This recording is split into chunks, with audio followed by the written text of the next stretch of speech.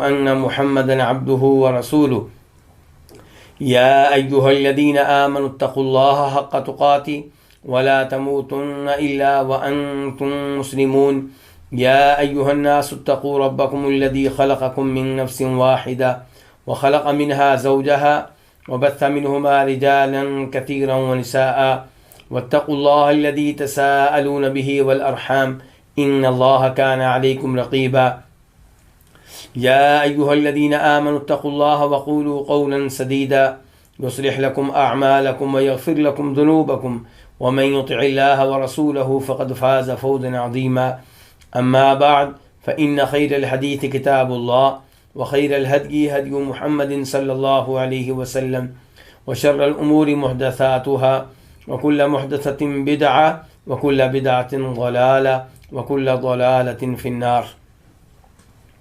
الوافی بما فی الصحیحین، صحیح بخاری اور صحیح مسلم کی احادیث پہ مشتمل ایک عظیم کتاب، جسے کتاب کے مؤلف نے 10 مقاصد میں تقسیم کیا ہے۔ 7واں مقصد آج کل ہم پڑھ رہے ہیں، اور وہ ہے امامت و خلافت کے بارے میں اور حکومتی معاملات کے بارے میں۔ اور اس میں کئی کتب ہیں، ان میں سے پہلی کتاب ہے عام امامت یعنی کہ حکمرانی اور خلافت کے بارے میں اور اس کے احکام کے بارے میں۔ اور اس میں پھر کئی ایک ابواب ہیں، ان میں سے 5واں باب ہم شروع کر چکے ہیں، جس کی ایک حدیث بھی پڑھ چکے تھے۔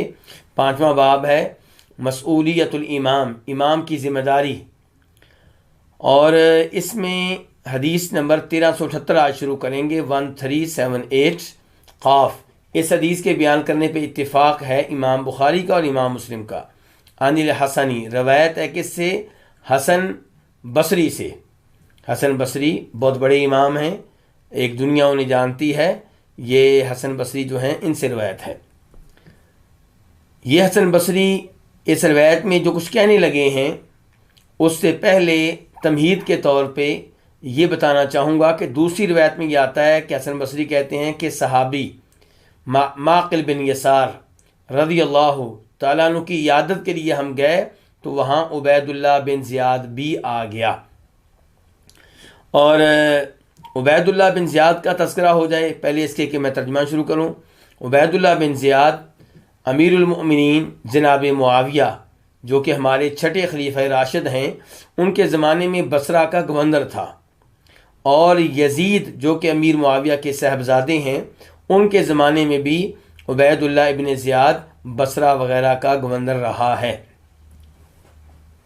تو یہ ہے عبید اللہ ابن زیاد۔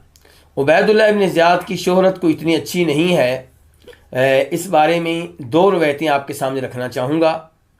ایک ہے بخاری شریف کی روایت 3748 3748، جس میں یہ آتا ہے کہ جناب انس ابن مالک عبید اللہ ابن زیاد کے پاس تھے، اور عبید اللہ ابن زیاد کیا ہے؟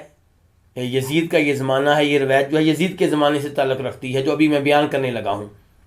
جو روایت وافی میں ہم پڑھنے لگے تھے، اس کا تعلق امیر معاویہ کے زمانے سے ہے، اور جو اب میں عبید اللہ ابن زیاد کے تعارف کے طور پہ روایت پیش کرنے لگا ہوں، اس کا تعلق امیر معاویہ کے زمانے سے نہیں ہے، بلکہ معاویہ رضی اللہ عنہ کے صاحبزادے یزید کے زمانے خلافت سے ہے، کہ جناب انس بن مالک عبید اللہ ابن زیاد کے پاس ہیں، اور یہ کوفہ بصرہ کا واقعہ ہے۔ اور ابن زیاد کے پاس لایا گیا جناب حسین رضی اللہ تعالیٰ عنہ، جن سے ہم محبت کرتے ہیں، نبی علیہ الصلوۃ والسلام کے نواسے ہیں، آل بیت میں سے ہیں، جنت کے نوجوانوں کے سردار ہیں۔ تو جناب حسین کا سر لایا گیا، یعنی کہ انہیں شہید کیا جا چکا تھا اور یہ ظلم ان پہ ہو چکا تھا، تو ان کا سر لایا گیا عبید اللہ ابن زیاد کے پاس، ایک برتن میں لایا گیا۔ تو یہ ابن زیاد ان کے سر پہ چھڑی لگانے لگا اور جناب حسین کے حسن و جمال کے موضوع پہ اس نے گفتگو کی۔ تو جناب انس بن مالک نے اس موقع پہ کلمہ حق کہا کہ یہ حسین کو عام انسان نہیں ہے، اور یہ وہ ہیں جو نبی علیہ الصلوۃ والسلام سے سب سے زیادہ مشابہت رکھتے تھے، ان کی شکل و صورت نبی علیہ الصلوۃ والسلام سے ملتی جلتی تھی۔ تو یہ روایت اس سے پتہ چلتا ہے کہ ابن زیاد کا رویہ جناب حسین کے ساتھ اس موقع پہ اچھا رویہ نہیں تھا، غیر مناسب تھا، اور جناب حسین کی شہادت کا کسی لحاظ کسی حد تک ذمہ دار بھی آپ اسے قرار دے سکتے ہیں، کیونکہ یزید نے اس کی یہ ڈیوٹی لگائی تھی کہ جناب حسین کو کوفہ بصرہ میں داخل نہیں ہونے دینا۔ یہ کہیں سے ثابت نہیں ہو سکا کہ یزید نے کہا ہو کہ جناب حسین کو شہید کرنا ہے، اور پھر روایات سے ملتا ہے کہ جناب حسین نہیں چاہتے تھے کہ یہ معاملہ اس حد تک پہنچے، وہ تیار تھے یزید کے پاس جانے کے لیے بھی اور یزید سے مذاکرات کرنے کے لیے بھی، لیکن ابن زیاد نے ایسا موقع نہیں آنے دیا، کیونکہ ابن زیاد کے دائیں بائیں جو اس کے مشیر تھے وہ اسے غلط مشورے دے رہے تھے۔ تو بہرحال یہ پہلی روایت ہے جس سے پتہ چلا ابن زیاد کا۔ ابن زیاد کے نام سے یہ آدمی مشہور ہے، ویسے اس کا نام کیا؟ عبید اللہ۔ دوسری روایت ترمذی شریف کی ہے 3781، جسے شیخ البانی رحمہ اللہ نے درست قرار دیا ہے، صحیح قرار دیا ہے، 3781۔ اس کے راوی ہیں عمارہ بن عمیر۔ وہ کہتے ہیں کہ جب ابن زیاد کا اور اس کے ساتھیوں کا قتل ہوا اور ان کے سر لائے گئے، پہلی روایت بخاری شریف کی تھی، وہاں پہ ابن زیاد کے سامنے سر لایا گیا، کس کا؟ جناب حسین کا۔ دوسری روایت ترمذی کی ہے، اور اب کیا ہو رہا ہے؟ اب ابن زیاد کو قتل کیا جا چکا ہے، اس کے ساتھیوں کو قتل کیا جا چکا ہے، اور ان کے سر لائے گئے اور مسجد میں ایک لائن میں صفیں بنا کے رکھ دیے گئے مسجد کے سین میں۔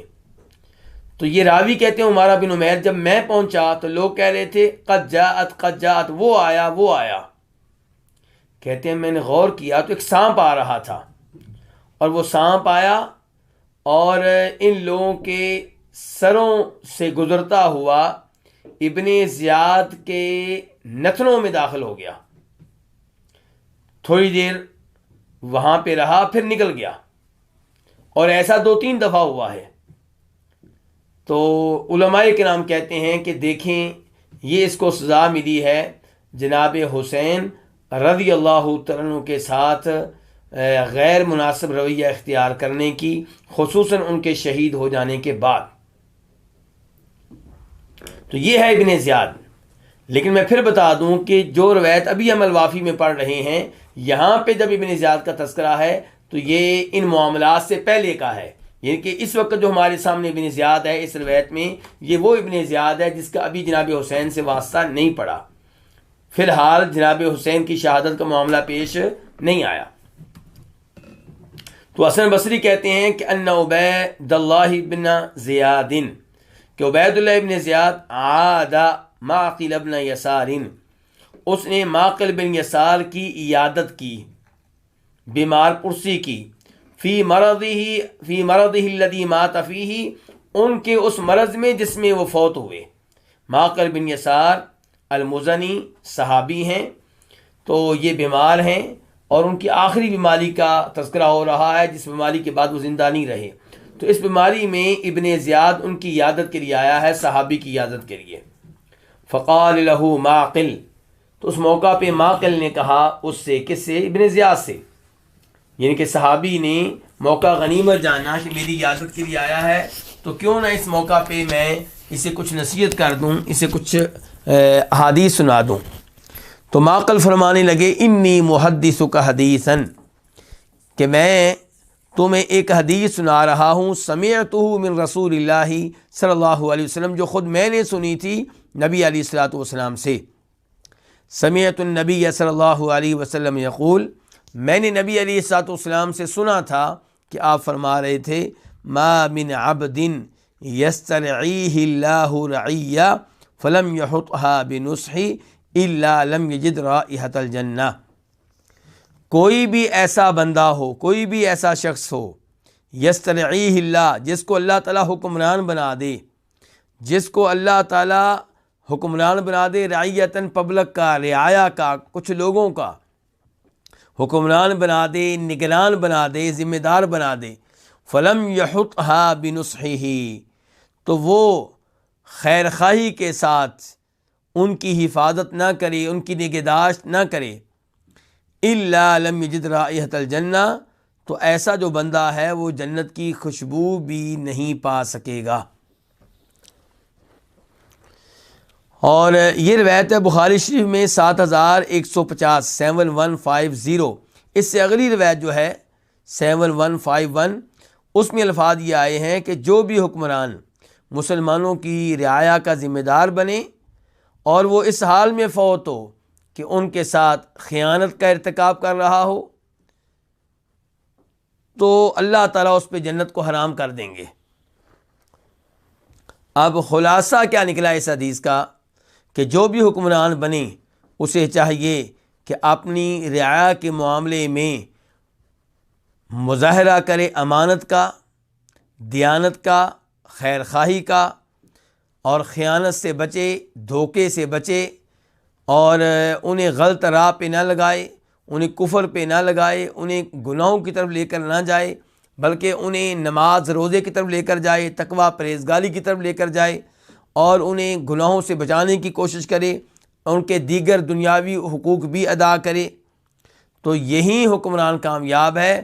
اور جو ایسا نہیں کرے گا، اس امانت میں خیانت کرے گا اور ان کے حقوق ادا نہیں کرے گا، انہیں غلط راستے پہ لگائے گا، تو وہ جنت کی خوشبو بھی نہیں سونگھ سکے گا۔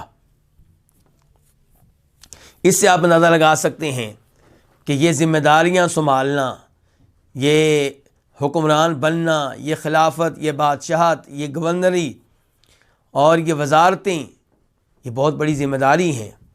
یہ اعزاز نہیں ہے، یہ ذمہ داری ہیں۔ روز قیامت ان کا جواب دینا پڑے گا۔ اس لیے بہترین انسان وہ ہے جو ایسی ذمہ داریوں سے بھاگے، دور رہے۔ البتہ جس کو ذمہ دار بنا دیا جائے، ایسا کو عہدہ دیا جائے، تو پھر وہ ذمہ داری کے ساتھ اس عہدے کے حقوق ادا کرنے کی کوشش کرے، اور یہ ذہن میں رکھے کہ اس کا رب اسے دیکھ رہا ہے، اور اس کے گریبان تک ہاتھ پہنچے گا کتنے ہی لوگوں کا، کیونکہ کروڑوں لاکھوں انسانوں کے اوپر حکمران ہے۔ انسان اپنے بچوں کی ذمہ داری نبھا لے تو بہت بڑی بات ہے۔ 5 بچے ہیں ہمارے، 4 ہیں، 6 ہیں، 7 ہیں، 8 ہیں، اور یہاں پہ حکمران ہے لاکھوں کا، کروڑوں کا، تو یہ کوئی معمولی معاملہ نہیں ہے۔ اس لیے جب انسان کو پتہ ہو کہ میں عہدے کا حق ادا نہیں کر سکتا، تو اس کو بچنا چاہیے، دور رہنا چاہیے۔ اور جب آپ کے عہدہ مانگے بغیر آپ کو عہدہ ملے، تو پھر اللہ تعالیٰ بھی مدد کرتے ہیں۔ تو بہرحال یہ ہے امام کی ذمہ داری کہ اللہ رب العزت کو نگران جانتے ہوئے مکمل خیرخواہی کے ساتھ اپنی رعایا پہ حکمرانی کرے۔ اس کے بعد حدیث نمبر ہے 1379 میم۔ اس حدیث کو روایت کرنے والی امام ہے امام مسلم۔ عن عبداللہ بن عمر، روایت ہے جناب عبداللہ بن عمر بن عاص رضی اللہ تعالی عنہما سے۔ عبداللہ خود بھی صحابی ہیں اور ان کے والد عمر بن عاص بھی صحابی ہیں۔ کہتے ہیں کہ فرمایا رسول اللہ صلی اللہ علیہ وسلم نے، ان المقسطین عند اللہ علی منابر من نور، بے شک عدل و انصاف کرنے والے اللہ تعالیٰ کے ہاں نور کے ممبر پہ ہوں گے، نور کے سٹیج پہ ہوں گے۔ جو دنیا میں عدل و انصاف کرتے رہے، وہ اللہ تعالیٰ کے ہاں نور کے سٹیج پہ ہوں گے، نور کے ممبروں پہ ہوں گے۔ عن یمین الرحمن، رحمان کی دائیں جانب ہوں گے۔ وکلتا یدیہ یمین، اور اللہ تعالیٰ کے دونوں ہاتھ کیا ہیں؟ دائیں ہیں۔ الذین یعدلون فی حکمہم واہلیہم وما ولوا، یہ کون ہیں جن کا تذکرہ ہو رہا ہے؟ عدل و انصاف کرنے والے۔ ان کے اوصاف کیا ہیں؟ فرمایا یہ وہ لوگ ہیں جو عدل و انصاف کرتے ہیں فی حکمہم، اپنی حکمرانی میں، حکومت کرتے ہوئے، فیصلے کرتے ہوئے، رعایا کے مابین عدل و انصاف کرتے ہیں۔ وَأَهْلِيهِمْ، اور اپنے اہل و عیال میں، اپنی اولاد کے درمیان انصاف، اپنی بیویوں کے درمیان انصاف، وما ولو، بلکہ وہ جس چیز کے بھی ذمہ دار بنے اس میں کیا کرتے ہیں؟ عدل و انصاف سے کام لیتے ہیں۔ تو یہ حدیث بڑی عظیم حدیث ہے۔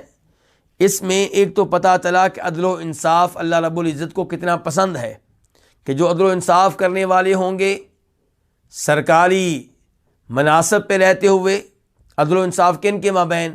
رعایا کے مابین، پبلک کے مابین، اور اپنے گھر میں عدل و انصاف کرنے والے ہوں گے، بلکہ جو بھی ان کے پاس عہدہ ہوگا، جو بھی ذمہ داری ہوگی وہاں پہ عدل و انصاف کرنے والے ہوں گے، تو یہ وہ لوگ ہیں جو رحمان کی دائیں جانب ہوں گے۔ تو اس کا مطلب ہے عدل و انصاف اللہ کو بہت پسند ہے، اور ظلم و زیادتی سے اللہ کو نفرت ہے۔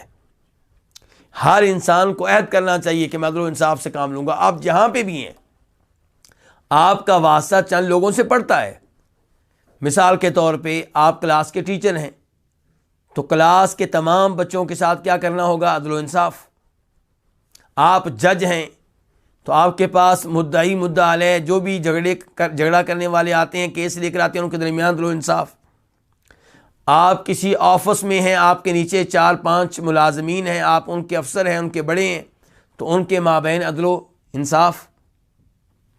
ایک کی سائڈ لینا اس لیے کہ وہ آپ کا رشتہ دار ہے یا وہ آپ کو تحفے تحائف دیتا رہتا ہے، تو یہ عدل و انصاف سے ہٹنا ہوگا۔ تو اپنی بیویوں میں بھی عدل و انصاف، اپنی بچوں میں بھی عدل و انصاف، جو آپ کے پاس عہدہ ہے، منصب ہے، ذمہ داری ہے، وہاں پہ بھی عدل و انصاف۔ جدھر بھی آپ ہیں، چاہے سرکاری عہدہ ہو چاہے پرائیویٹ ہو، فیکٹری کے مالک نے آپ کو فیکٹری کا ذمہ دار بنا دیا، آپ کے نیچے 50 ملازمین ہیں، 100 ملازمین ہیں، ان میں عدل و انصاف کیجیے۔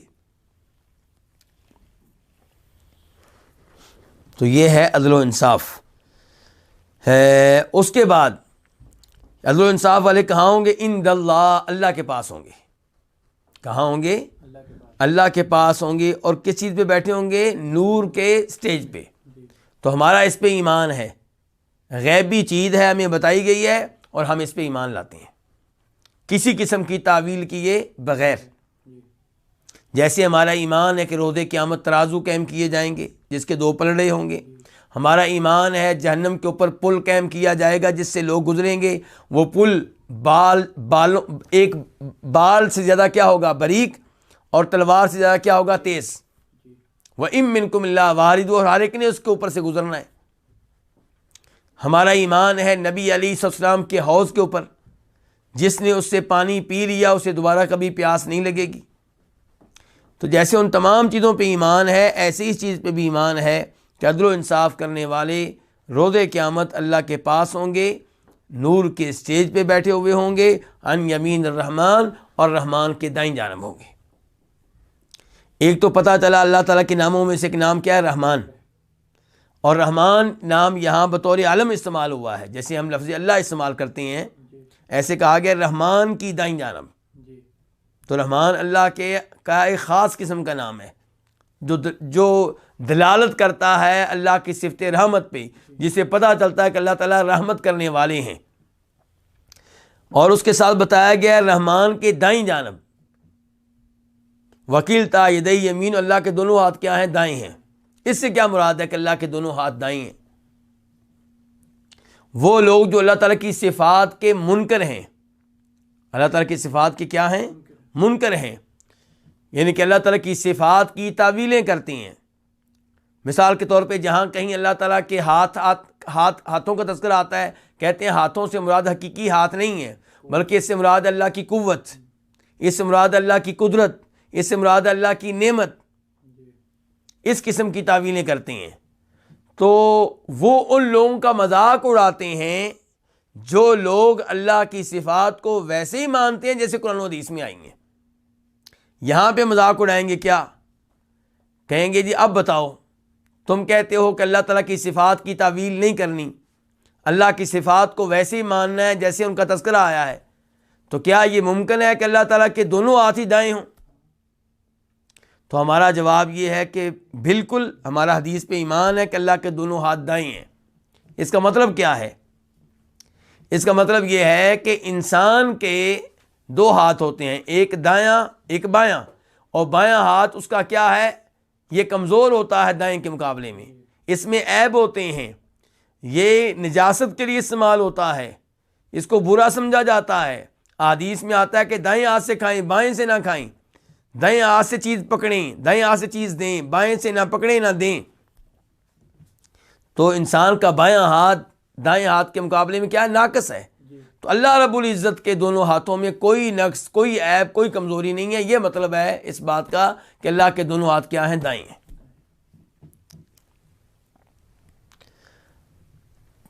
اس کے بعد یہاں پہ ہاتھوں کے لیے لفظ کیا آیا ہے؟ یمین۔ تو اس سے مزید پتہ چلا کہ اللہ تعالیٰ کے ہاتھوں پہ ایمان لانا ہوگا، وہ حقیقی ہاتھ ہیں، لیکن ہم ان کی کیفیت بیان نہیں کر سکتے کیونکہ ہم نے اللہ رب العزت کا دیدار نہیں کیا۔ کسی بھی انسان کا ہاتھ ہم اس کے بارے میں بات کر سکتے ہیں چاہے نہ دیکھا ہو، لیکن اللہ رب العزت کے ہاتھ کے بارے میں ہم کوئی بات نہیں کر سکتے، نہ کوئی تصور ذہن میں آتا ہے، نہ کوئی سوچ ذہن میں آتی ہے، لیکن یہ پتا ہے کہ اللہ کے ہاتھ ہیں اور ویسے ہیں جیسے اللہ کے شایان شان ہیں، ان میں کوئی عیب، کوئی کمزوری، کوئی نقص نہیں ہے۔ میرا ہاتھ کبھی اس کے اوپر پھنسیاں نکل آتی ہیں، وزن بھاری اٹھا لوں تو کیا ہو جاتا ہے؟ درد کرنے لگتا ہے، کبھی گر پڑیں تو ٹوٹ جاتا ہے، پٹیاں لگوانی پڑتی ہیں، سردیوں میں اسے سخت سردی لگتی ہے، گرمیوں میں اسے سخت گرمی لگتی ہے، پسینہ آ جاتا ہے۔ تو اللہ تعالیٰ کے ہاتھ ویسے ہیں جیسے خالق کے شایان شان ہیں، جیسے وہ خود کامل و مکمل اور عظیم ہے، ایسے ہی اس کے ہاتھ بھی کامل و مکمل اور عظیم ہے، بغیر کسی نقص کے، بغیر کسی عیب کے۔ لیکن ہاتھوں کا مطلب ہاتھ ہی لیا جائے گا، ہاتھوں کا مطلب یہ نہیں ہوگا کہ آپ کہیں کہ اس سے مراد قدرت ہے۔ آپ کہاں کہاں تعویلیں کریں گے؟ مثال کے طور پہ سورہ صاد میں اللہ تعالیٰ کہتے ہیں قال یا ابلیس، اے ابلیس، ما منعک ان تسجد لما خلقت بیدی، تجھے کس چیز نے اس سے روکے رکھا کہ تم اسے سجدہ کرے جسے میں نے اپنے دونوں ہاتھوں سے پیدا کیا ہے؟ وہ کون ہے؟ آدم علیہ السلام۔ اللہ تعالیٰ کہہ رہے ہیں ابلیس تو نے اسے کیوں نہیں سجدہ کیا جسے میں نے اپنے دونوں ہاتھوں سے پیدا کیا ہے؟ تو یہ آدم علیہ السلام کا اعزاز ہے کہ اللہ نے انہیں دونوں ہاتھوں سے پیدا کیا ہے۔ اب یہ لوگ کیا کہتے ہیں جی؟ تعویل کریں گے یہ اللہ نے اپنی قدرت سے پیدا کیا ہے، تو کیا باقی انسان اللہ کی قدرت کے بغیر پیدا ہوئے ہیں؟ تو کیا جن اللہ کی قدرت کے بغیر پیدا ہوئے ہیں؟ کیا فرشتے اللہ کی قدرت کے بغیر پیدا ہوئے ہیں؟ یہ آدم علیہ السلام کا بہت بڑا اعزاز تھا جس کی تعویل کر کے ان لوگوں نے اعزاز کی حیثیت ختم کر دی ہے۔ صحیح بات یہ کہ آدم علیہ السلام کا اعزاز ہے کہ اللہ نے انہیں اپنے ہاتھوں سے پیدا کیا ہے، اور لفظ کیا بولا اللہ نے؟ اپنے دونوں ہاتھوں سے۔ تو قدرت ہوتی تو اللہ تعالیٰ واحد کا لفظ بولتے، اللہ نے یہاں پہ لفظ بولا تثنیہ کا، دو ہاتھ۔ تو اس سے بھی پتا چلا کہ ہاتھ سے مراد کیا ہے؟ ہاتھ ہی ہیں، اور ان پہ ایمان لانا چاہیے۔ کوئی تشبیہ نہیں دیں گے ہم، نعوذ باللہ یہ نہیں کہیں گے کہ انسانوں کی طرح ہیں یا کسی اور مخلوق کی طرح، نہیں، نہ کوئی تفصیل بیان کریں گے۔ اللہ تعالیٰ کے ہاتھ ہیں جیسے اس نے بتا دیا، اور ویسے ہیں جیسے اس کی شان شان ہے۔ اور یہ یمین کے لفظ قرآن میں بھی بلکہ آیا ہے، سورہ زمر میں آیت نمبر 67، والسماوات مطویات بیمینی۔ اللہ تعالیٰ کہتے ہیں کہ جب قیامت آئے گی تب آسمان سارے کے سارے اللہ کے دائیں ہاتھ میں لپٹے ہوئے ہوں گے، اور زمین اللہ کی مٹھی میں ہوگی۔ مٹھی کا بھی تذکرہ آتا ہے، بلکہ اللہ تعالیٰ کی انگلیوں کا بھی تذکرہ آتا ہے کہ بندوں کے دل اللہ کی انگلیوں میں سے دو انگلیوں کے درمیان میں ہیں۔ تو ہم یہ بھی مانتے ہیں کہ اللہ تعالیٰ کی انگلیاں ہیں، یہ بھی مانتے ہیں اللہ تعالیٰ کی مٹھی ہے، یہ بھی مانتے ہیں کہ اللہ تعالیٰ کے ہاتھ ہے۔ جتنی تفصیلات بتا دی گئیں اتنی ہم بتائیں گے اور ایمان بھی لائیں گے، اور جو نہیں بتائی گئی اس کے بارے میں کوئی بات نہیں کریں گے۔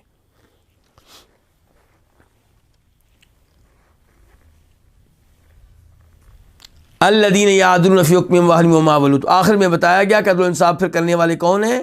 جو مخلوق کے مابین فیصلہ کرتے ہوئے عدل و انصاف کرتے ہیں۔ الذین یعدلون، جو عدل و انصاف کرتے ہیں، فی حکمہم یعنی کہ اپنی مخلوق رعایا کے مابین کیا کرتے ہوئے؟ فیصلہ کرتے ہوئے۔ وَأَهْلِيهِمْ، اور اپنے گھر والوں میں بھی عدل و انصاف کرتے ہیں۔ وما ولو، بلکہ وہ جس چیز کے بھی ذمہ دار بن جائیں، اس چیز میں عدل و انصاف سے کام لیتے ہیں۔ تو یہ جی سے پتہ چلا کہ امام کی ذمہ داریاں، باب کیا چل رہا ہے امام کی، تو امام کی ذمہ داری یہاں سے کیا معلوم ہوئی کہ لوگوں میں کیا کرے، عدل و انصاف سے کام کرے۔ پچھلی حدیث سے پتہ چلا تھا کہ خیر خواہی کرے، ان کے ساتھ انہیں کسی قسم کے دھوکے میں نہ رکھے، انہیں غلط راہ پہ نہ چلائے۔ اور اسی بارے میں چند اور احادیث بھی آتی ہیں جن کی طرف ہماری اس کتاب الوافی کے مؤلف نے اشارہ کر دیا ہے، کیونکہ ان کی کوشش رہتی ہے، الوافی کے رائٹر اور مؤلف کی کیا کوشش رہتی ہے کہ ایک حدیث ایک بار ہی آئے، تو اس لیے بسا اوقات وہ حدیث کا نمبر بتا دیتے ہیں کہ وہ حدیث جو پیچھے گزر چکی ہے یا آئندہ آنے والی ہے، اس کا تعلق بھی ہمارے اسی موضوع سے ہے، تو وہ آپ وہاں پہ دیکھ لیں۔ تو اب ہمارا موضوع یہاں پہ کیا چل رہا ہے، امام کی ذمہ داری۔ امام سے مراد کون ہے؟ خلیفہ، حکمران، بڑا امام مراد ہے، مسجد کا امام مراد نہیں ہے۔ یہاں پہ کہتے ہیں کتاب کے رائٹر مؤلف کہ آپ دیکھ لیں حدیث نمبر 1468، یعنی کہ 1468، تو اس میں بھی یہ موضوع آیا ہے۔ اور وہ کون سی حدیث ہے؟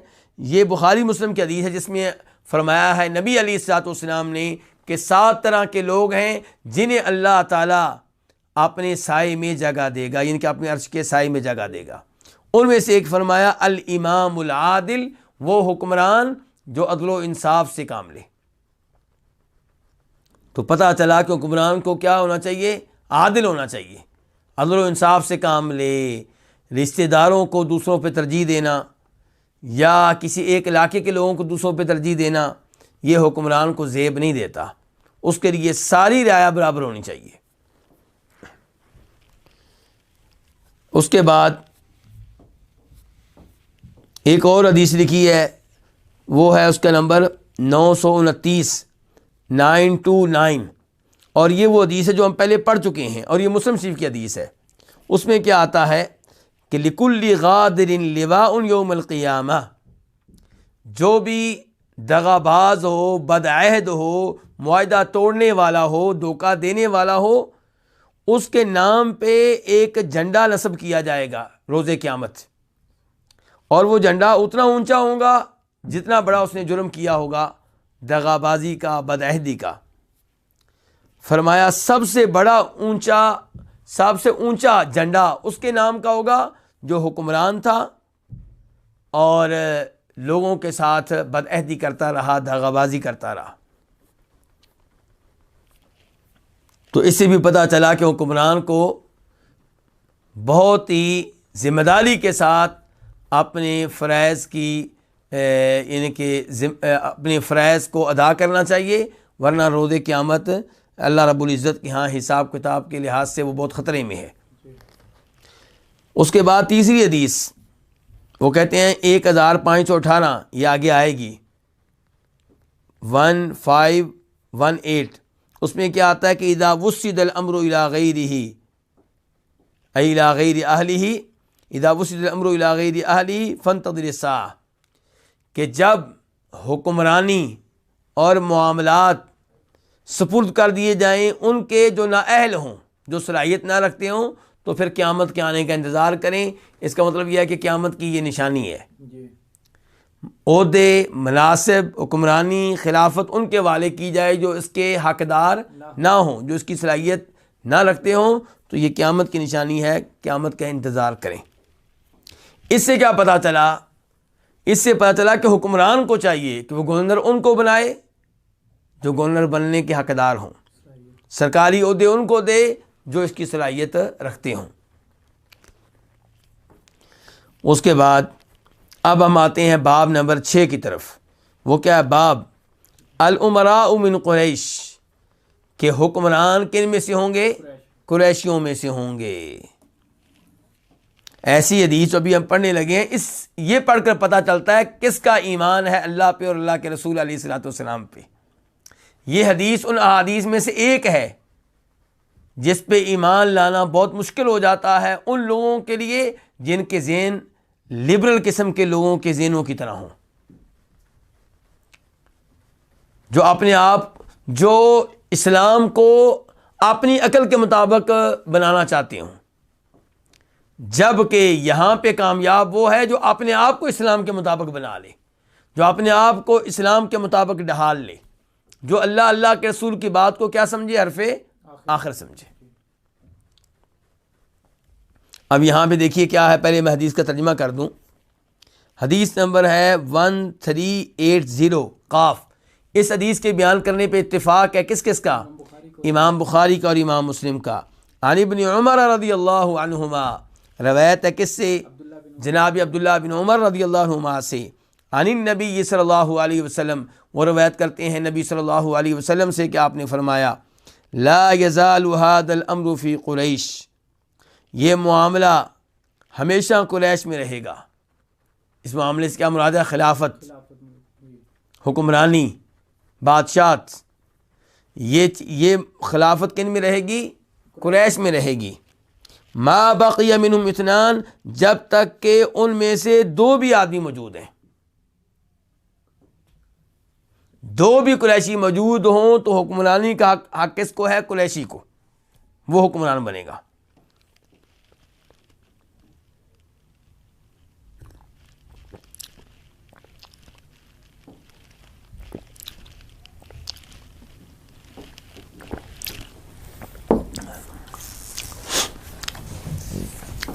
یہ حدیث، اس پہ ایمان لانا بہت مشکل ہے ان لوگوں کے لیے جن کو جمہوریت کا سبق پڑھا دیا گیا، اتنا پڑھا دیا گیا کہ وہ ہر دین کو اس اصول کی روشنی میں دیکھنا چاہتے ہیں، جبکہ ہونا کیا چاہیے کہ جمہوریت کو ہم چیک کریں اسلام کی روشنی میں۔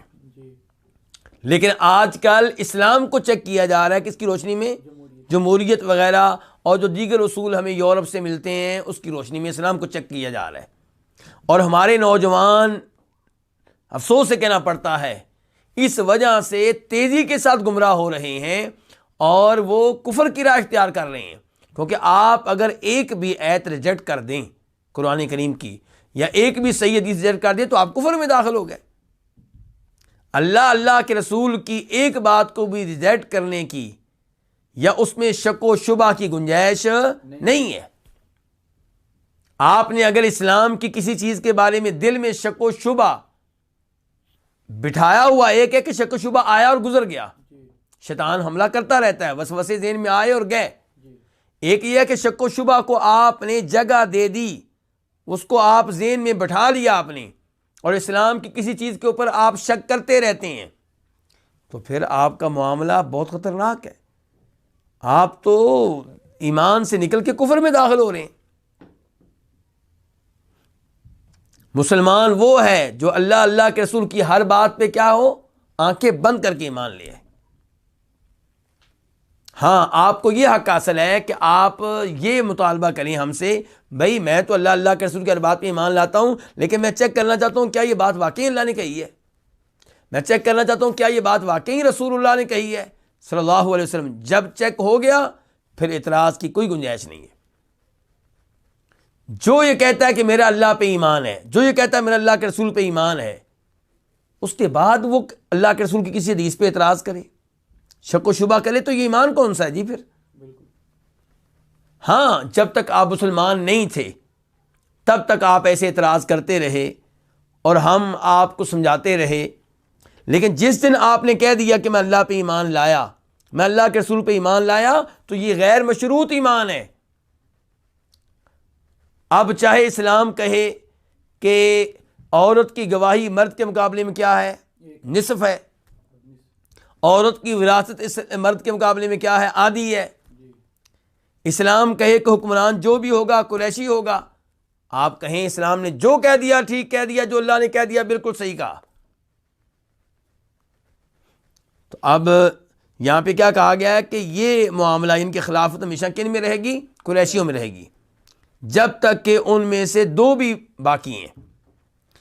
اچھا، یہاں پہ ایک تو میں یہ بیان کر دوں کہ یہی حدیث بخاری شریف میں آتی ہے اور وہاں پہ نمبر ہے 7139، اور وہاں پہ بیان کرنے والے ہیں ہمارے چھٹے خلیفہ امیر معاویہ۔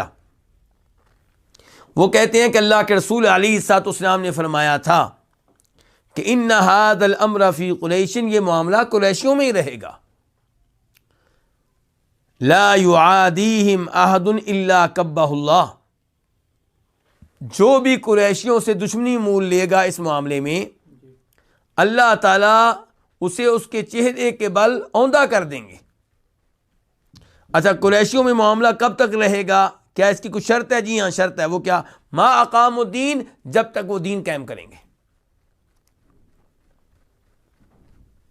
جب تک وہ کیا قائم کریں گے؟ دین۔ اور آپ دیکھیں کہ خلافت قریشیوں میں رہی ہے کب تک؟ ہمارے خلفائے راشدین سارے کون سے قریشی تھے؟ امیر معاویہ قریشی تھے، ان کے بیٹے بھی قریشی تھے، بنو امیہ سب قریشی تھے، پھر بنو عباس کی خلافت عباسیہ شروع ہوگی، وہ بھی سب قریشی تھے۔ 650 سال تقریباً حکمرانی قریشیوں کی رہی ہے۔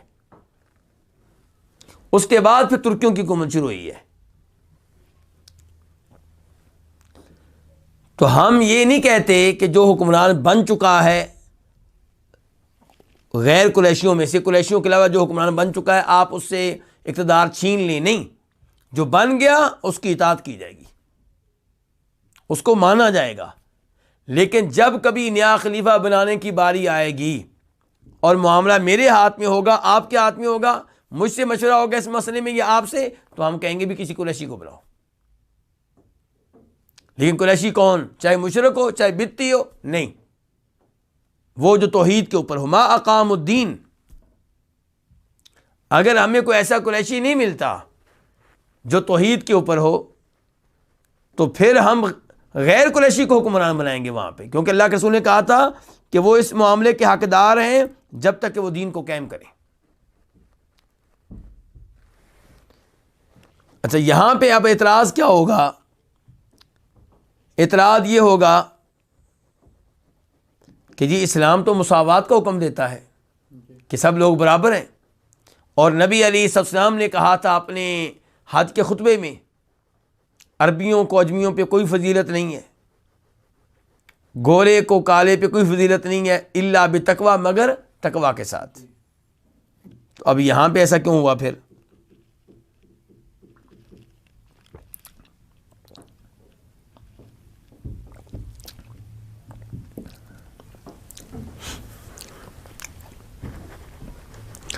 یہ ایسے ہی ہے کہ جیسے اللہ رب العزت نے آخری نبی کو کن میں سے بھیجا ہے؟ عربوں میں سے، قریشیوں میں سے، بنو ہاشم میں سے۔ اب باقی لوگ اعتراض کریں گے اللہ نے ان میں سے کیوں بھیجا ہے جی؟ تو یہ اعتراض غلط ہوگا۔ اللہ رب العزت پہ اعتراض کرنا بندے کو زیب نہیں دیتا، بندے کی اللہ کے سامنے کوئی حیثیت ہی نہیں ہے۔ بندہ کون ہوتا ہے اعتراض کرنے والا اللہ رب العزت پہ؟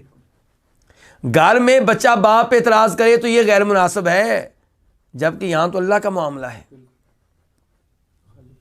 خالق کا مسئلہ ہے۔ اور اعتراض کون کرتا ہے؟ انسان، گندگی سے پیدا ہونے والا، گندگی میں رہنے والا، گندگی نکالنے والا، واش روم میں جا کر گندگی یعنی کہ شرمگاہ سے بھی نکلتی ہے، سامنے والی شرمگاہ سے بھی، پچھلی شرمگاہ سے بھی، اور ناک سے بھی نکلتی ہے، آنکھوں سے بھی گندا پانی کی دفعہ نکلتا ہے، کانوں سے بھی گندگی نکل آتی ہے۔ اتنا گندا یہ انسان، اور اللہ تعالیٰ کے اوپر کرے اعتراض، کیا اس کو زیب دیتا ہے؟ اس کی حیثیت کیا ہے؟ انسان کو سمجھنا چاہیے کہ میں کیا چیز ہوں رب کے سامنے، کچھ بھی نہیں ہوں۔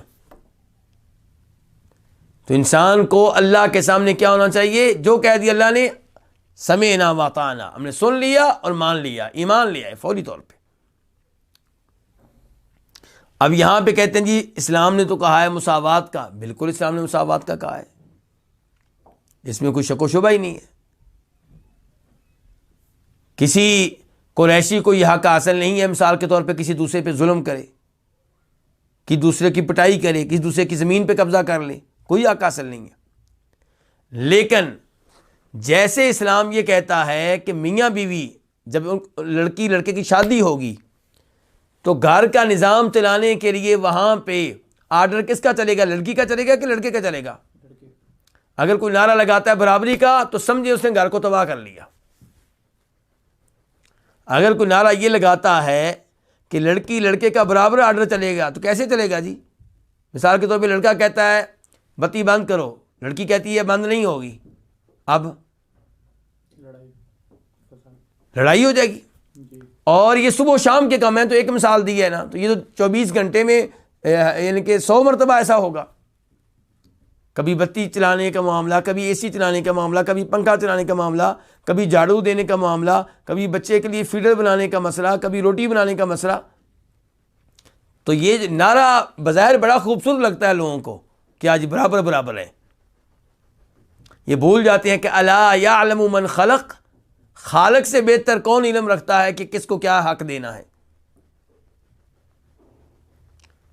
اور شریعت نے یہ اصول دے کر لڑکی کے اوپر کوئی ظلم نہیں کیا، بلکہ لڑکی اللہ رب العزت کی شکر گزار ہے اس مسئلے میں کہ لڑکی کو کیا ذمہ داری دی گئی ہے، آرام سے گھر میں رہے، باہر دھکے کھانے کی ضرورت نہیں ہے، لوگوں سے لڑائی جھگڑے کرنے کی ضرورت نہیں ہے، سارے کام مرد کو دیے گئے، عورت کا کام ہے گھر میں رہے بس، اور خاوند کی اطاعت کرے۔ تو کہنے کا مطلب ہے کہ جیسے وہاں پہ بڑا کس کو بنایا گیا، مرد کو، اور یہی کامیابی ہے کہ اللہ تعالیٰ نے مرد کو بڑا بنا کے ہمارے سسٹم کو محفوظ بنا دیا۔ اگر اسلام بھی یہ کہتا کہ مرد و عورت برابر ہیں گھر چلانے میں، تو ہمارا فیملی سسٹم بھی تباہ و برباد ہو جاتا جیسے ان لوگوں کا ہوا ہے۔ تو یہی صورتحال ہے کس کی یہاں پہ کہ شریعت نے کیا کہا کہ حکمران کون ہوں گے، قریشی ہوں گے۔ کیوں؟ کیونکہ نبی علیہ السلام ان میں سے آئے ہیں، قرآن ان کی زبان میں نازل ہوا ہے، مسجد حرام جو اللہ کا عظیم گھر ہے وہ وہاں پہ ان کی حکومت ہے، مسجد نبوی بھی ان لوگوں کے پاس ہے،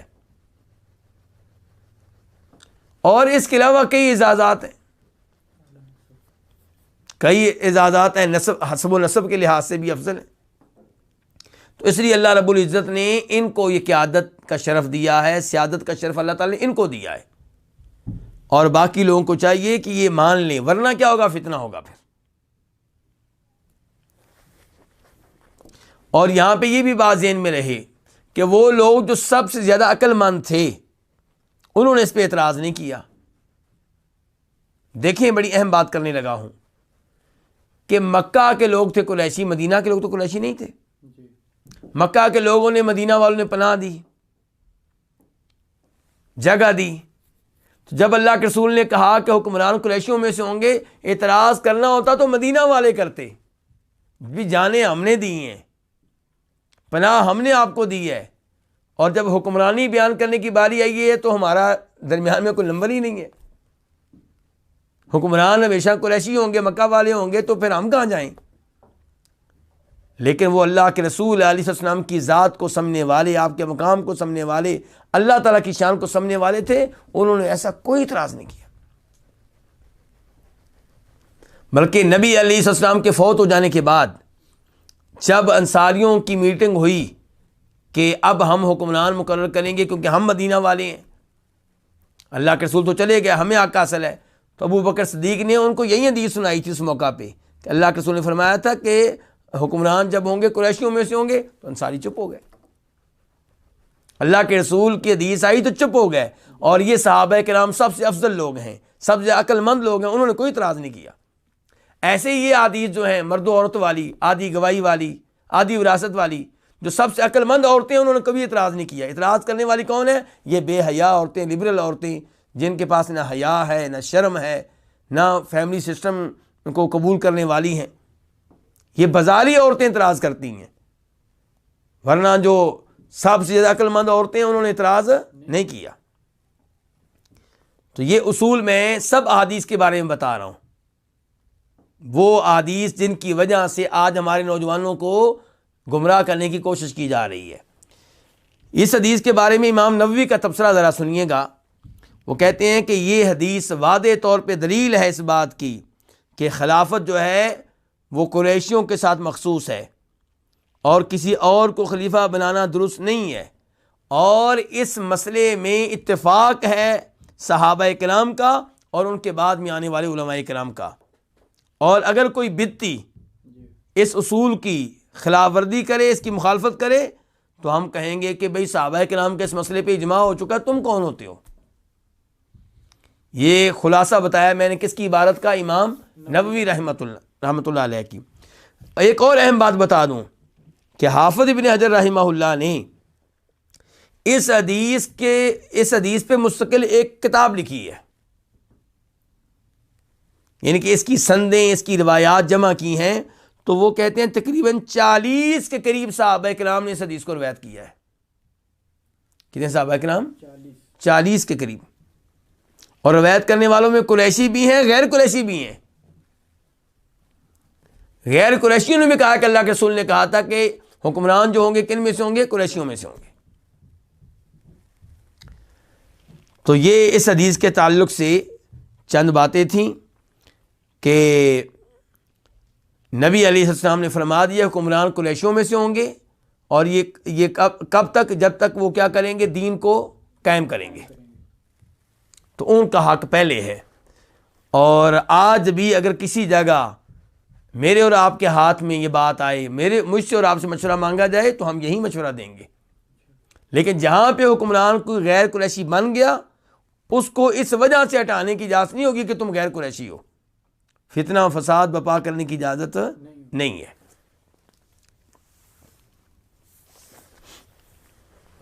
اس کے بعد حدیث نمبر 1381 قاف، اس حدیث کے بیان کرنے پہ اتفاق ہے کس کا؟ امام بخاری کا اور امام مسلم کا۔ عن ابی ہریرہ رضی اللہ عنہ، روایت ہے جناب ابو ہریرہ رضی اللہ تعالیٰ عنہ سے، ان النبی صلی اللہ علیہ وسلم قال، کہ بے شک نبی صلی اللہ علیہ وسلم نے فرمایا، الناس تبع لقریش فی ھذا الشأن، لوگ قریش کے تابع ہیں، لوگ قریش کے کیا ہیں؟ تابع ہیں، ان کے متحد ہیں، فی ھذا الشأن، اس معاملے میں۔ کس معاملے میں؟ حکمرانی کے معاملے میں۔ مسلمہم تبع لمسلمہم، مسلمان جو ہیں، لوگوں میں سے جو مسلمان ہیں وہ تابع ہیں ان میں سے مسلمانوں کے۔ کن میں سے؟ قریشیوں میں سے۔ عام لوگ جو مسلمان ہیں وہ تابع ہیں قریشی مسلمانوں کے۔ وکافرہم تبع لکافرہم، اور جو عام لوگ کافر ہیں وہ تابع ہیں ان میں سے کافر کے۔ کن میں سے؟ قریشیوں میں سے۔ یعنی کہ قریش کو اللہ نے یہ مقام دیا ہے کہ جب مسلمان ہیں تو جو مسلمان بنیں گے وہ کسی قریشی مسلمان کی قیادت میں رہیں گے، قریشی کو حکمران مانا جائے گا۔ اور زمانے کفر میں بھی ایسے ہی ہے، یعنی کہ قریشی جو ہوں گے وہ کیا تھے؟ حکمران تھے۔ یعنی کہ اب مکہ میں کون تھے بڑے؟ قریشی تھے۔ دائیں بائیں والے لوگ ان کی حکومت مانتے تھے۔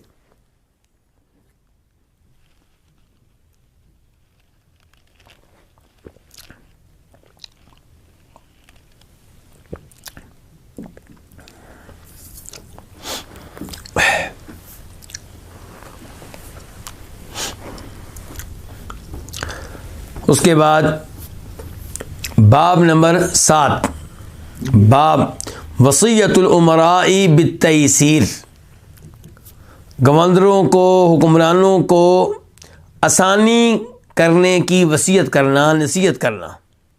یعنی کہ حکمرانوں کو یہ نصیحت کی گئی ہے اور کرنی چاہیے کہ وہ لوگوں کے لیے آسانی پیدا کریں، لوگوں کے معاملات آسان بنائیں، انہیں مشکلات میں نہ ڈالیں، یہ مطلب ہے اس کا۔ حدیث نمبر 1382 میم، اس حدیث کو روایت کرنے والے امام کون سے؟ امام مسلم۔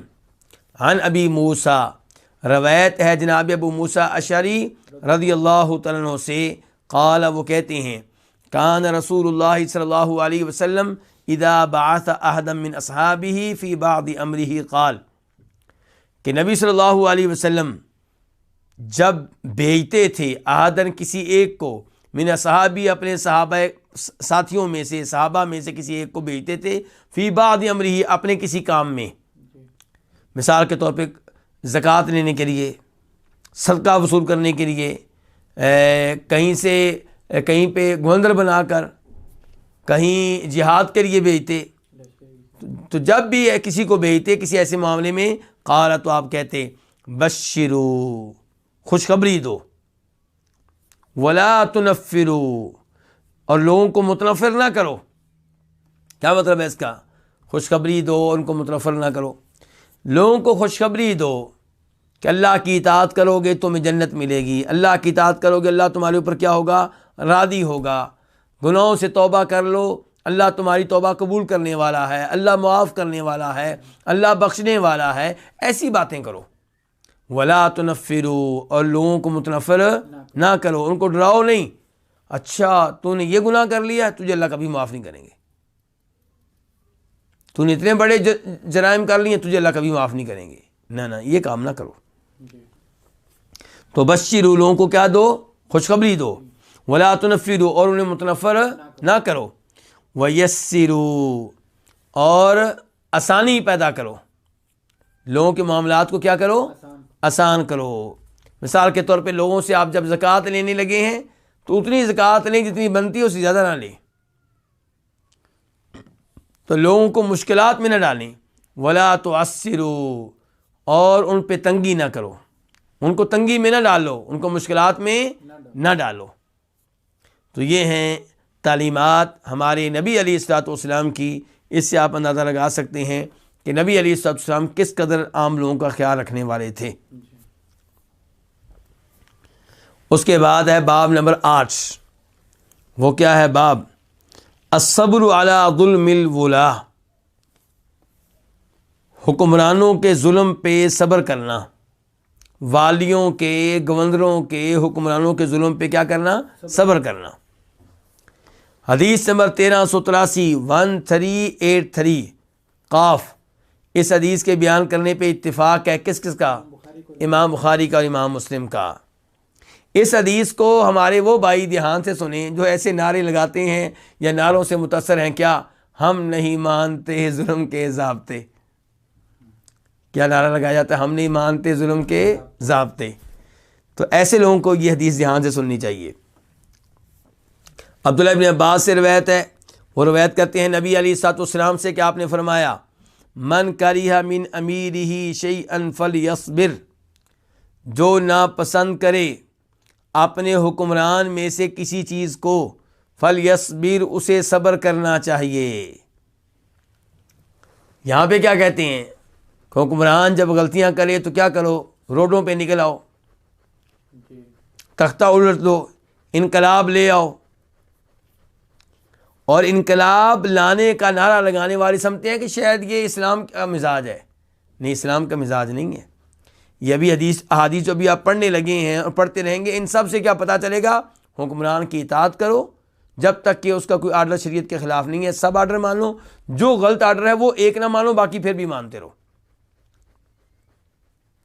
اور یہاں تک کہا جائے گا کہ اگر حکمران تمہیں کوڑے مارے، تمہارے مال پہ قبضہ کر لے، پھر بھی کیا کرو؟ صبر کرو، پھر بھی اس کی اطاعت کرتے رہو، اس کی بات سنتے رہو.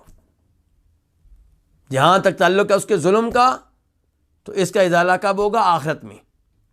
اور ہم تو ویسے بھی دنیا میں اسی لیے آئے ہیں کہ آخرت کی تیاری کریں. جب ہمارا مال حکمران کی بجائے کسی اور طریقے سے ضائع ہو جائے تو ہم کیا کرتے ہیں؟ مثال کے طور پہ ہمارے مال کو آگ لگ جائے، کیا کرتے ہیں؟ صبر کرتے ہیں. تو حکمران لے تب بھی صبر کر لیں. اگر آپ صبر نہیں کریں گے، اپنے قبیلے کو، برادری کو اکٹھا کر کے میدان میں لے آئیں گے اور تختہ الٹنے کی کوشش کریں گے، فتنہ و فساد پیدا ہوگا. کئی لوگ قتل ہوں گے، کئی لوگ مر جائیں گے، کئی لوگوں کے کاروبار بند ہو جائے گا آپ کی نصرتوں کی وجہ سے، اور کافر لوگ خوش ہوں گے، مسلمان کمزور ہوں گے، ہو سکتا ہے وہ حملہ کر دیں. تو اس لیے شریعت چاہتی ہے کہ حکمران کے ظلم پہ کیا کیا جائے؟ صبر کیا جائے. تو فرمایا من کریہ من امیرہ شیئا، جو کوئی چیز ناپسند کرے، من امیرہ، اپنے امیر کی جانب سے، فلیصبر، وہ کیا کرے؟ وہ صبر کرے. یعنی کہ وہ بغاوت نہ کرے، خروج نہ کرے، صبر کرے. فإنہ من خرج من السلطان شبرا، کیونکہ جو بادشاہ سے نکل جائے ایک بالشت، بادشاہ سے مراد کیا؟ بادشاہ کی اطاعت سے. جو بادشاہ کی اطاعت سے نکل جائے شبرن، ایک بالشت، یعنی کہ مکمل نہیں، اس کی اطاعت سے تھوڑا سا باہر نکلا ہے. ان کی تو جو بادشاہ سے نکل جائے شبرن، ایک بالشت، ماتا، وہ مرے گا، میتتن جاہلیہ، زمانہ جاہلیت کی موت، زمانہ کفر کی موت، یعنی کہ وہ کافروں کی طرح مرے گا. یہ نہیں کہا گیا کہ وہ کافر ہے، لیکن اس کا یہ عمل کافروں کی طرح ہے، اس کی یہ جو حرکت ہے یہ کافروں کی طرح ہے، اور کافروں کی حرکات سے بچنا چاہیے، نہ کہ ان کو آپ اپنائیں. تو اس سے پتہ چلا کہ یہ جو نعرے ہمیں دیے گئے ہیں کہ حکمرانوں کے خلاف کیا کرو جی، خروج کرو، تختہ الٹ دو، بغاوت کرو، یہ نعرے تو احادیث کے خلاف ہیں. اللہ کے رسول کہہ رہے ہیں بلکہ یہ تو کافروں کا کام ہے. فرمایا من کریہ من امیرہ شیئا، جو اپنے امیر کی جانب سے کوئی چیز دیکھے ناپسند کرے تو اس کو صبر کرنا چاہیے. فإنہ من خرج من السلطان، کیونکہ جو بادشاہ سے نکلے، یعنی کہ اس کی اطاعت سے نکلے، شبرن ایک بالشت کے برابر، یعنی کہ معمولی سا، مات میتۃ جاہلیہ، اگر اسی حالت میں فوت ہو گیا تو کون سی موت مرے گا؟ جاہلیت کی موت مرے گا، الا یہ کہ اس سے پہلے توبہ کر لے، معافی مانگ لے تو الگ بات ہے.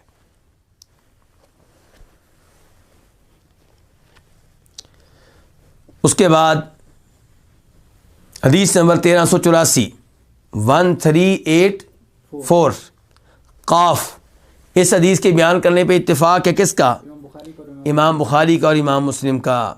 عن ابن مسعود، روایت ہے جناب عبداللہ بن مسعود رضی اللہ تعالیٰ عنہ سے، وہ روایت کرتے ہیں نبی علیہ الصلوۃ والسلام سے، قال کہ آپ نے فرمایا ستکون اثرۃ وامور تنکرونہا، جلد ہی ترجیح ہوگی. کیا مطلب؟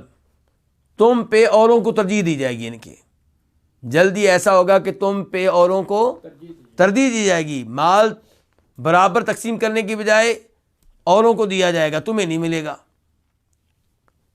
دیگر کئی امور میں بھی ترجیح دی جائے گی، تو ایسا ہوگا. فرمایا ستکون اثرۃ، ان قریب کیا ہوگی؟ ترجیح ہوگی. وامور، اور دیگر کئی ایسے امور ہوں گے، معاملات ہوں گے، تنکرونہا، جن کو تم غلط جانو گے، خلاف شریعت جانو گے ان کو. تو اب کیا کرنا ہے؟ قالوا، انہوں نے کہا، کنہوں نے؟ ان کے صحابہ کرام نے، یا رسول اللہ، اللہ کے رسول، فما تأمرنا، تو آپ ہمیں کیا حکم دیتے ہیں؟ جب ایسا زمانہ آ جائے گا کہ کچھ لوگوں کو دوسروں پہ ترجیح دی جائے گی، عدل و انصاف سے کام نہیں لیا جائے گا، اور دیگر بھی کئی ایسے امور ہوں گے جن کے بارے میں آپ بتا رہے ہیں کہ ہم ان کو غلط جانیں گے، خلاف شریعت جانیں گے، تو پھر اس موقع پہ ہم کیا کریں؟ ہمارا کیا رویہ ہونا چاہیے؟ فما تأمرنا، اب یہاں پہ اللہ کے رسول نے یہ نہیں کہا کہ اس موقع پہ کیا کرو، سرکاری دفاتر کو کیا کر دینا؟ آگ لگا دینا، سرکاری دفاتر کے شیشے توڑ ڈالنا، ہاں جی، لوگوں کی گاڑیاں جو ہیں وہ تباہ و برباد کر دینا، راستے بند کر دینا، ایسا کچھ نہیں ہے. کیا کہا؟ قال تؤدون الحق الذی علیکم، تم ادا کرنا وہ حق جو تمہارے ذمے ہے، وتسألون اللہ الذی لکم، اور اللہ سے سوال کرنا اس کا جو تمہارا ہے، یعنی کہ جو تمہارا جو کیا ہے حق بنتا ہے وہ حکمران ادا نہیں کریں گے، وہ تم نے اللہ سے مانگنے ہیں، اور جو حکمرانوں کے تمہارے اوپر حقوق ہے وہ تم نے ادا کرنے ہیں.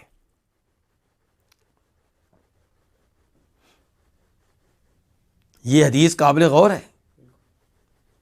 یہ نہیں کہا گیا کہ اگر حکمران تمہیں سہولتیں دیں، ہاسپٹل بنائیں، روڈ بنائیں، تو پھر ان کی بات ماننی ہے. یہ بالکل نہیں کہا گیا.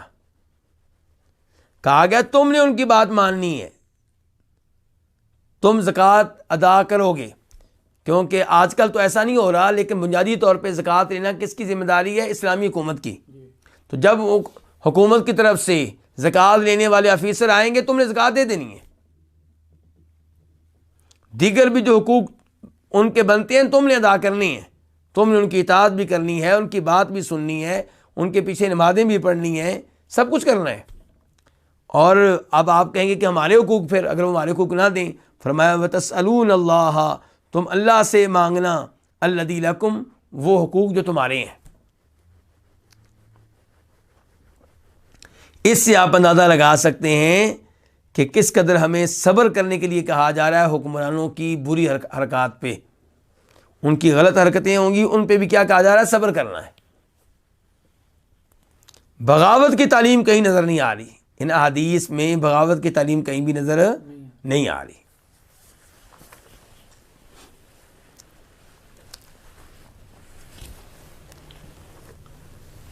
اللہ جزائے خیر دے، سعودی عرب کے علماء کرام اس معاملے میں انہی احادیث کے پیش نظر حکمرانوں کی اطاعت کا جذبہ رکھتے ہیں اور اطاعت کرتے ہیں دلی طور پہ، اور اس پہ اجر و ثواب کی کیا رکھتے ہیں، امید رکھتے ہیں۔ اور کئی لوگ اس بارے میں پروپیگنڈا کرتے ہیں، وہ سمجھتے ہیں کہ شاید یہ پیسے کی خاطر ان کی اطاعت کرتے ہیں، مفادات کی خاطر نہیں، بالکل ایسا نہیں ہے۔ ہم ہر ایک کی ان کے صفائی تو نہیں دیتے، لیکن جن علماء کرام کو دیکھا، جانا، پڑھا، ان کے بارے میں یہی محسوس ہوا کہ وہ اللہ کے ڈر سے حکمرانوں کی اطاعت کرتے ہیں، اللہ کو راضی کرنے کے لیے حکمرانوں کی اطاعت کرتے ہیں، اور اس کو وہ دین ایمان سمجھتے ہیں۔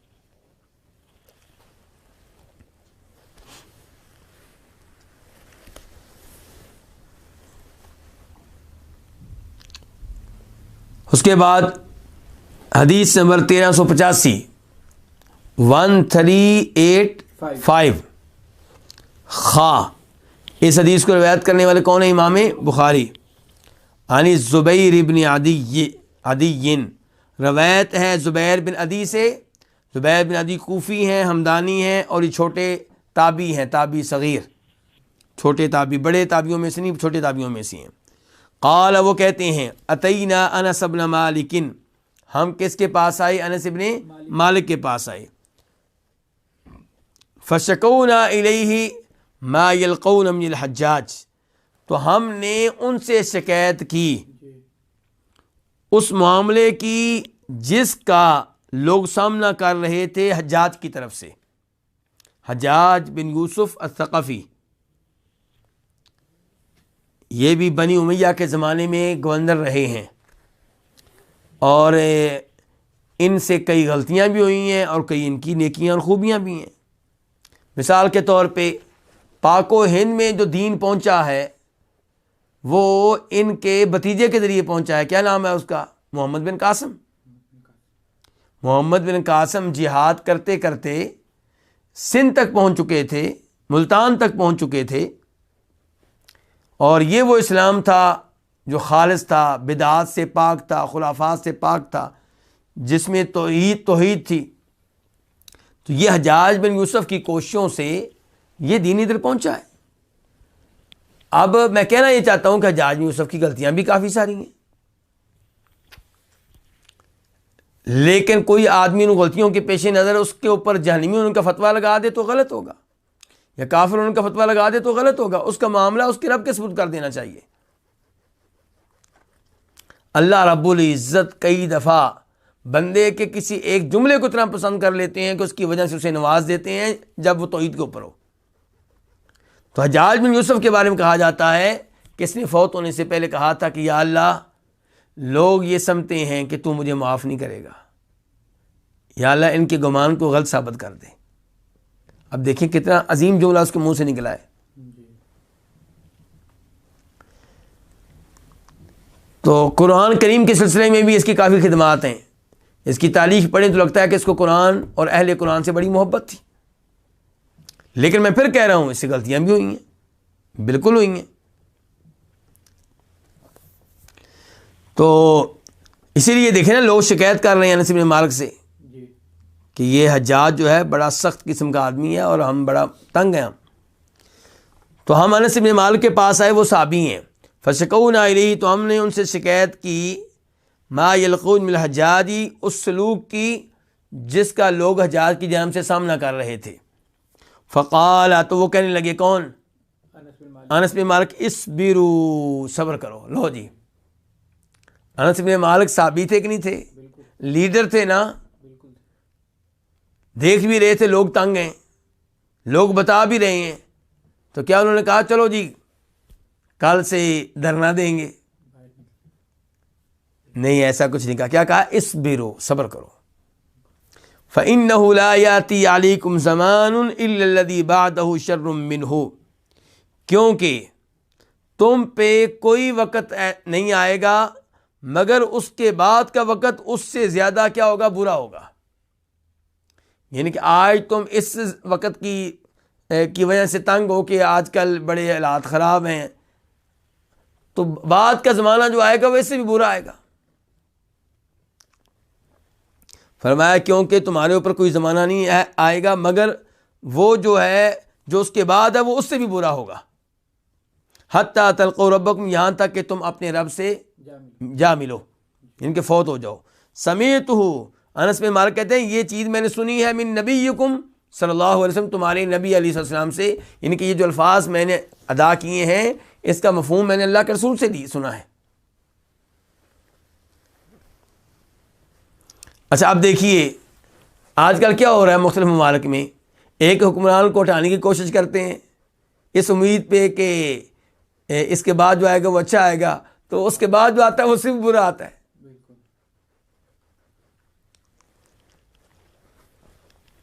اور یہ بغاوتیں، یہ خروج، یہ اس کی وجہ سے لوگ بڑے تنگ ہوتے ہیں، عام لوگ. کیوں؟ کیونکہ جب بغاوتیں اور خروج یہ چیز ہوتی ہے تو حکمران جو ہے وہ سختی کرتے ہیں،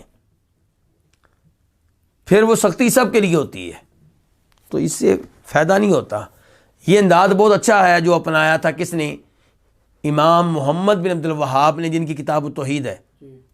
وہ اس زمانے کے جو بڑے لوگ تھے ان کے ساتھ مل گئے، یعنی کہ جو موجودہ سعودی حکمران ہیں ان کے جو بڑے تھے محمد بن سعود، ان کے ساتھ مل گئے. طے ہوا کہ ہم آپ کا ساتھ دیں گے، آپ حکومت بنائیں، اسلام نافذ کریں، شریعت نافذ کریں، ہم آپ کے ساتھ ہیں.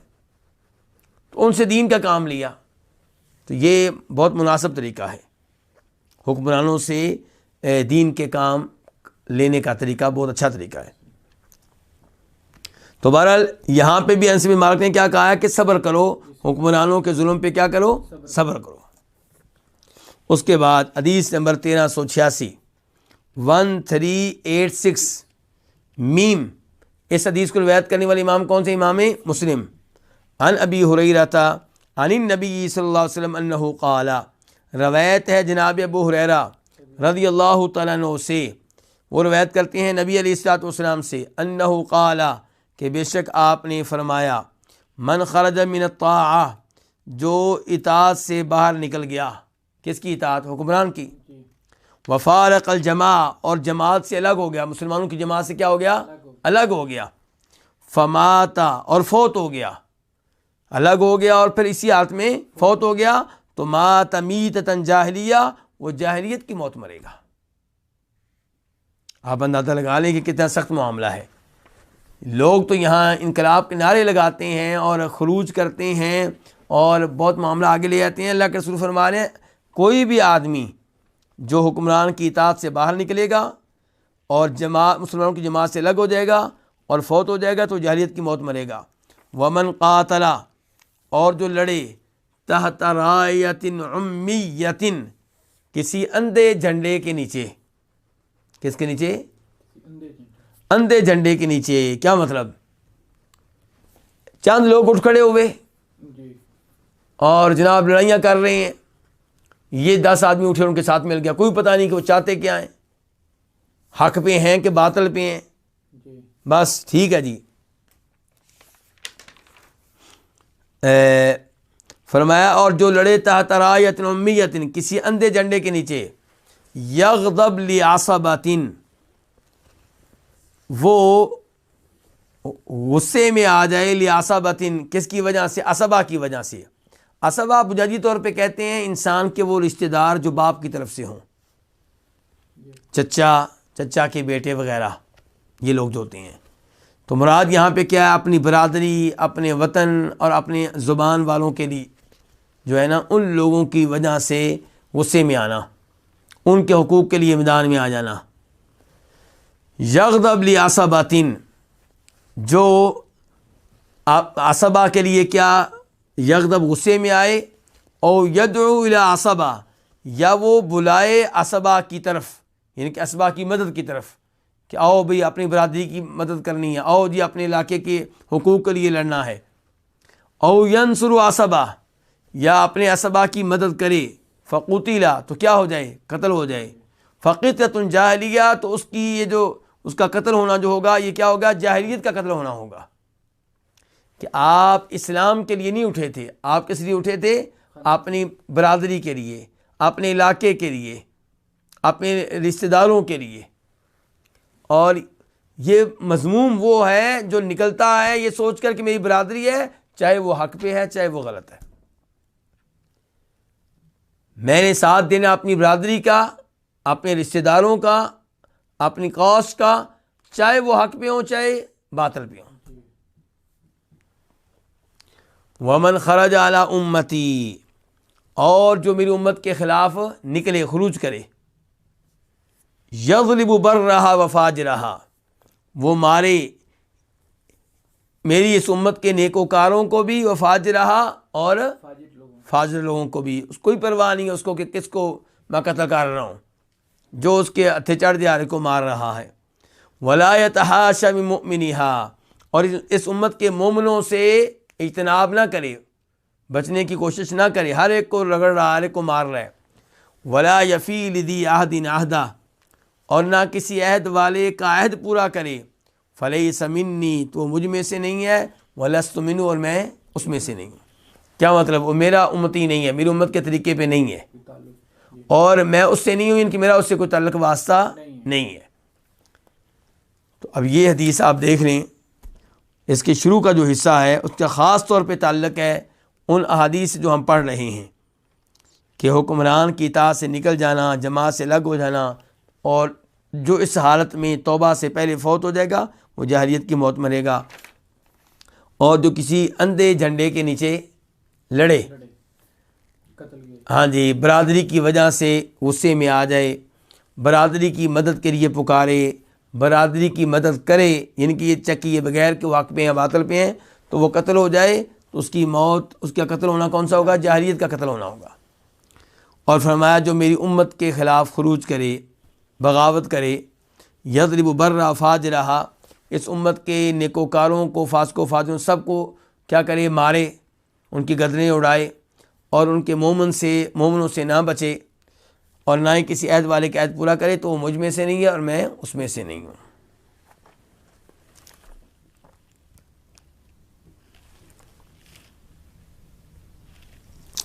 اس کے بعد جو حدیث ہے یہ طویل حدیث ہے، اس لیے اسے شروع کرنا ذرا مشکل ہوگا، اس لیے آج کا درس یہیں پہ روکتے ہیں، اور انشاءاللہ کل سے یہ جو حدیث ہے اس کو پڑھیں گے، اور یہ بڑے اہم ابواب ہیں موجودہ حالات کے لیے، کیونکہ ہم دیکھتے ہیں بہت سے ہمارے لوگ بڑے پریشان رہتے ہیں۔ پریشان تو خیر کو لینا چاہیے، ٹینشن تو ہونی چاہیے کہ اگر مسلمان حکمران دین نافذ نہیں کرتے، شریعت نافذ نہیں کرتے، تو دل میں پریشانی ہونی چاہیے، لیکن اس کا علاج کیا؟ ان کے لیے دعا کریں، اچھے طریقے سے ان کو نصیحت کر سکتے ہیں تو کریں،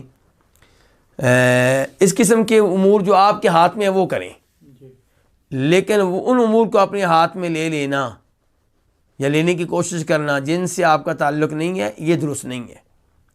آپ بجائے اس کے کہ حکمرانوں کی فکر کریں، ان کی اصلاح کی، آپ اپنے گھر کو ٹھیک کر لیں، اپنے بھائیوں کو، اپنی بہنوں کو، اپنے کزنوں کو، اپنے رشتہ داروں کو، اپنے محلے داروں کو، آپ ان میں دین کا شعور پیدا کریں، ان تک آپ توحید و سنت کا پیغام پہنچائیں۔ یہاں پہ آپ قرآن کی تفسیر کی کلاسیں شروع کر دیں، حدیث کی کلاسیں شروع کر دیں، خود درس دے سکتے ہیں خود دیں، نہیں دے سکتے علماء کے درس رکھیں، وہ علماء جو درست منہج پہ ہوں، توحید و سنت کی طرف دعوت دینے والے ہوں۔ تو کہنے کا مطلب ہے یہ وہ امور ہیں جو آپ کے ہاتھ میں جو آپ کر سکتے ہیں وہ آپ کریں۔ لیکن میں نے دیکھا ہے اکثر لوگ، ان کی جو پہنچ ہوتی ہے وہ کہاں ہوتی ہے؟ حکمرانوں پہ، کہ ان کو پکڑیں، ان کو ٹھیک کریں، ان کو ایسا کریں، ان کو ویسا کریں۔ بھائی ان کو آپ نہیں کر سکتے، ان کے لیے آپ دعا کر سکتے ہیں، وہ آپ کریں اللہ تعالیٰ سے، نصیحت اگر کرنے کا کبھی آپ کو موقع ملے تو وہ کر لیں، اور اگر آپ کہتے ہیں دیگر لوگوں کا، تو کئی لوگ کوشش کرتے بھی ہیں نصیحت کرنے کی، لیکن آپ کیا کریں؟ آپ حکمران کو تبدیل نہیں کر سکتے، آپ اپنے گھر کو تبدیل کریں، آپ اپنے بچے کے سکول کی فکر کریں کہ میں بچہ کس سکول میں جا رہا ہے، اس میں وہ شرک سیکھے گا کہ توحید سیکھے گا، اس میں اللہ کے رسول کی محبت سیکھے گا یا الحاد سیکھے گا، لادینیت سیکھے گا، آپ اس کی فکر کریں۔ آپ کے رشتہ داروں میں شرک عام ہو رہا ہے، فحاشی بے حیائی پھیل رہی ہے، ان امور کی آپ فکر کریں۔ اللہ رب العزت سے دعا ہے کہ اللہ رب العزت ہمیں قرآن و حدیث پہ صحیح معنوں میں عمل کرنے کی توفیق عنایت فرمائے، اور یہ احادیث پیار و محبت سے پڑھنے کی اور دوسروں تک یہ پیغام پہنچانے کی توفیق دے۔ وآخر دعوانا الحمدللہ رب